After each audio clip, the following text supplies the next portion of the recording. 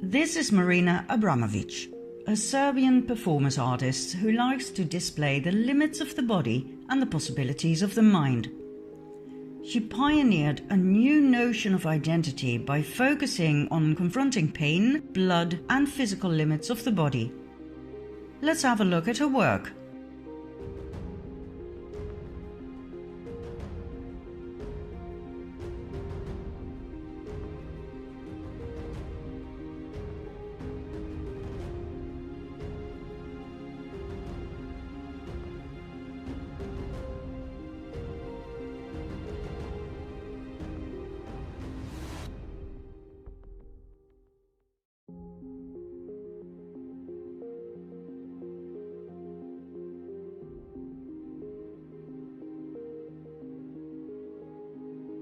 In 1996, Abramovic introduced Spirit Cooking, a cookbook with essential aphrodisiac recipes, some of which call for the mixture of fresh breast milk and sperm milk.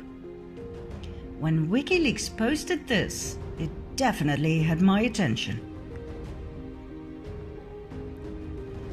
Spirit Cooking later took on the form of dinner party entertainment for her donors and friends. The link to cannibalism is obvious.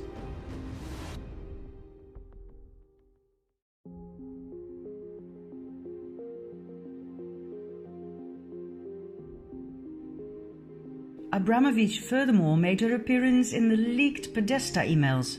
Why am I not surprised?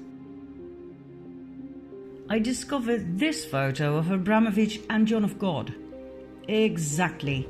The very same Brazilian healer who was recently arrested and charged with multiple accounts of abduction, abuse, rape, child trafficking and murder.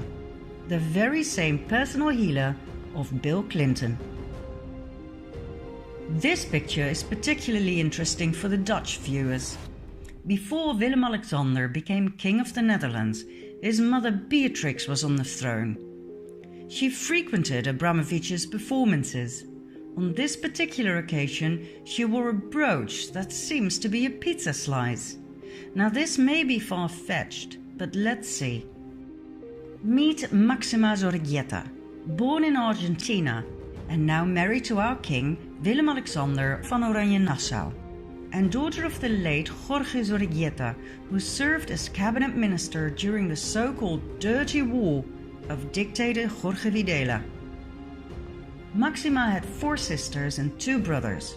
One of her sisters is Dolores, an artist who came to the Netherlands in 2005 to exhibit her work. The exhibition was called Love Romance.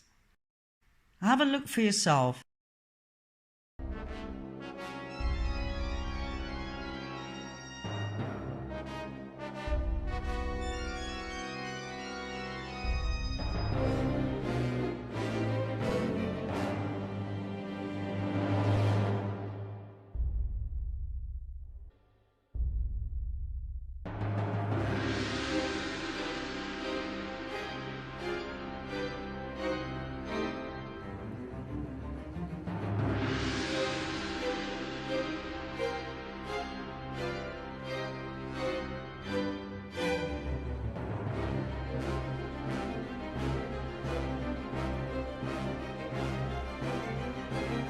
Is it just me, or is this insane?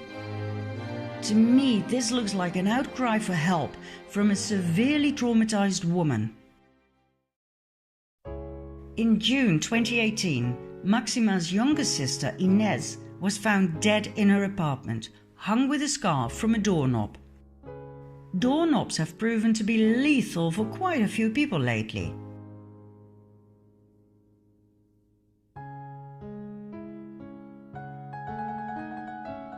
In other words, not suicide, but murder. Was Inez Zorreguieta about to spill the beans on the Cabal? Is that why she was silenced? Could this be true? Let's have a look at some other doorknob victims. Number 1. Lorraine Scott, fashion designer and former girlfriend of Nathan Rothschild, one of the world's most wealthy families. According to a longtime lover, Mick Jagger, Lorraine was not suicidal. Number 2. Chris Cornell, lead singer of the rock band Soundgarden and Audioslave. According to his family, he suffered from depression due to being sexually abused as a child. He and his wife founded the Chris and Vicky Cornell Foundation to support children suffering the consequences of abuse and neglect. He and his best friend, Chester Bennington, were working on exposing an elite pedophile ring. Cornell was also the main financial backer for the documentary The Silent Children about child sex trafficking. After he died, the project was cancelled. According to his family, Cornell was not suicidal at the time of his death. Interesting detail contradicting the suicide theory was the blood on his head and on the ground. Was Cornell killed by a stroke on the head and strangulation by means of his exercise belt? Number 3. Chester Bennington, best friend of Chris Cornell and lead singer of Linkin Park. He died 2 months after Cornell. Bennington also suffered from depression due to being sexually abused as a child by a friend of the family. According to some sources, that friend was John Podesta, key player in Pizzagate. And when you look at the striking resemblance, Podesta could well be Chester's biological father. When Chester was 9 years old, his father abandoned the family after finding out the boy was not his son. Was Podesta both the pedophile family friend and the biological father of Chester Bennington? Is it a coincidence that the logo of his band looks like a broken version of the young boy lover symbol? Number 4. Tim Bergling, aka Avicii, world famous Swedish DJ, musician and record producer. According to the first news about his apparent suicide, Bergling was said to have hung himself from a doorknob. Later on, the narrative was changed into self-inflicted cuts with a broken wine bottle that led to heavy and lethal bleeding. It took almost 2 weeks for this official narrative to be published. Bergling's 2015 video clip For a Better Day clearly and shockingly shows child sex trafficking.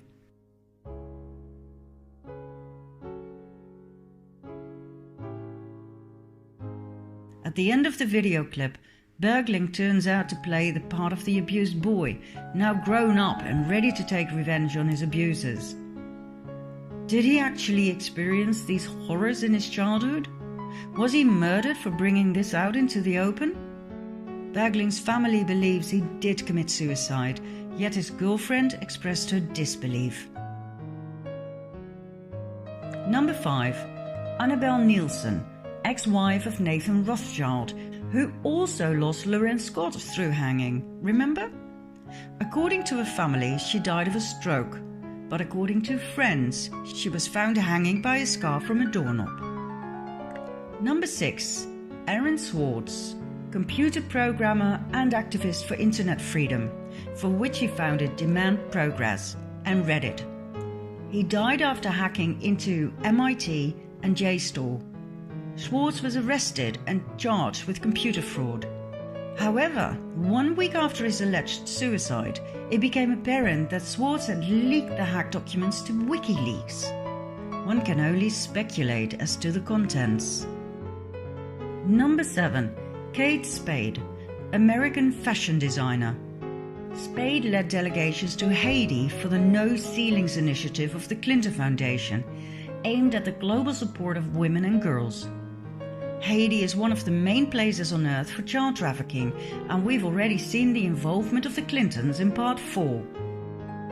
What did Kate Spade know that led to her death? Why did her husband Andy appear in public 2 days after her death wearing a rat mask? Was Kate about to rat to betray the Clintons? Was Andy Spade forced to wear the mask as a warning to others who just might rat? Number 8. Anthony Bourdain, celebrity chef, TV presenter and author. Bourdain openly criticized Hillary Clinton on multiple occasions.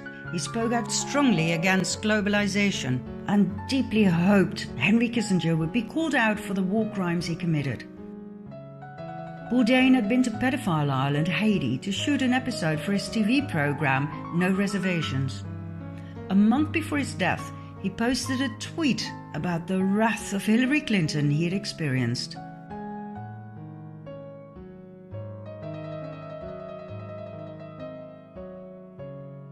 Followed by this one, even more outcalling.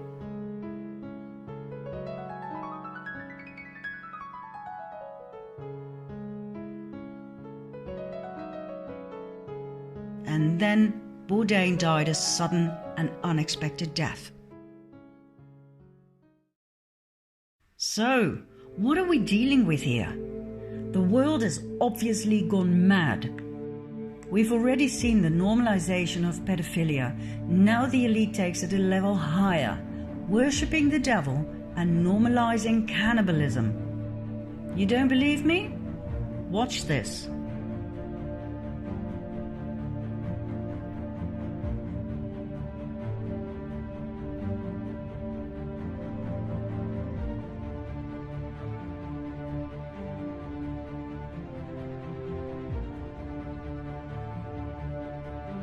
Is this really the sign of the devil? Oh yes. Meet Anton LaVey, founder of the Church of Satan, giving the exact same sign. The same Church of Satan Chelsea Clinton is so fond of. The upside-down pentagram containing the horned one, plus the upside-down cross, it's all there.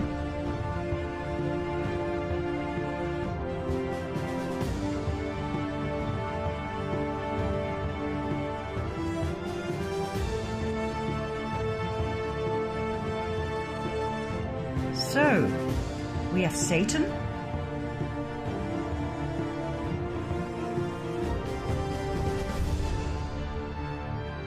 we have blood,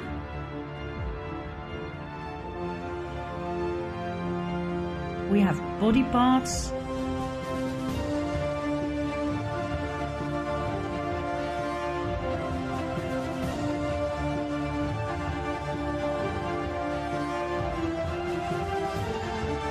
we have cannibalism.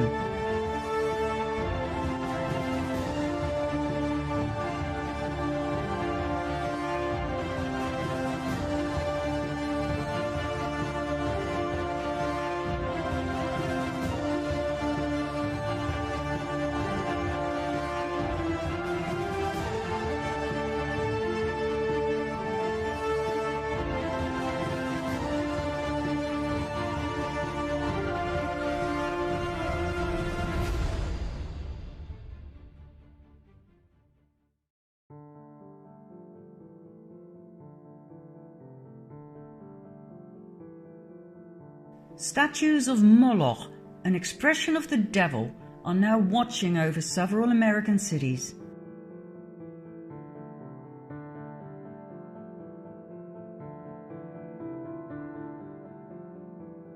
And only recently a new one was placed in Rome.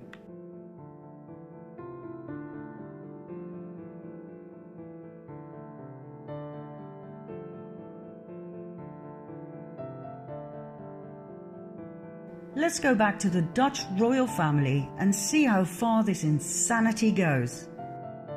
You've already met King Willem-Alexander and his beautiful Argentinian wife Maxima. They both have very interesting fathers. Maxima's father, Jorge Zorrigueta, was Minister of Agriculture in the regime of General Jorge Videla, a military dictator who ruled Argentina from 1976 till 1981 and who was responsible for the kidnapping, torture and murder of an estimated 30,000 people. As part of the Videla government, Zorrigueta must have known about the atrocities, but he claimed not to have been aware of the so-called Dirty War. In 2006, Zorrigueta was discredited once again during a lawsuit against the top of the Banca Repubblica for money laundering the profits of drugs and weapons trade. Zorrigueta was on the board of directors between 86 and 96, the time of major deals between the bank and drug cartels. But once again, he came out clean due to bribery and corruption. His daughter Maxima didn't meet Willem-Alexander until 1999 in Spain. At least that is the official narrative, which is weird as the Dutch royal family had known the Zorreguietas for generations. Why did they lie about that? Prince Bernhard, Willem-Alexander's grandfather, frequented Argentina and the Zorreguietas even before World War II. Both families had a holiday mansion in Bariloche, a ski area with mostly German visitors and inhabitants. As a matter of fact, Bariloche was a Nazi den where many SSers and Nazi scientists went during Operation Paperclip.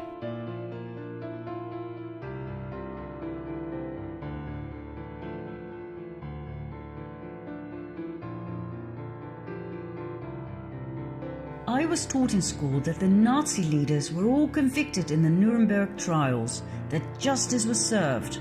But did you know that only 10 Nazis were hanged and only 7 went to jail? That's it! The big Nuremberg trials, only 17 of them? Did you actually think, like I did, they all got what they deserved? Well, think again. They had way too much knowledge. Most of them were welcomed with open arms. NATO, NASA, they all loved them.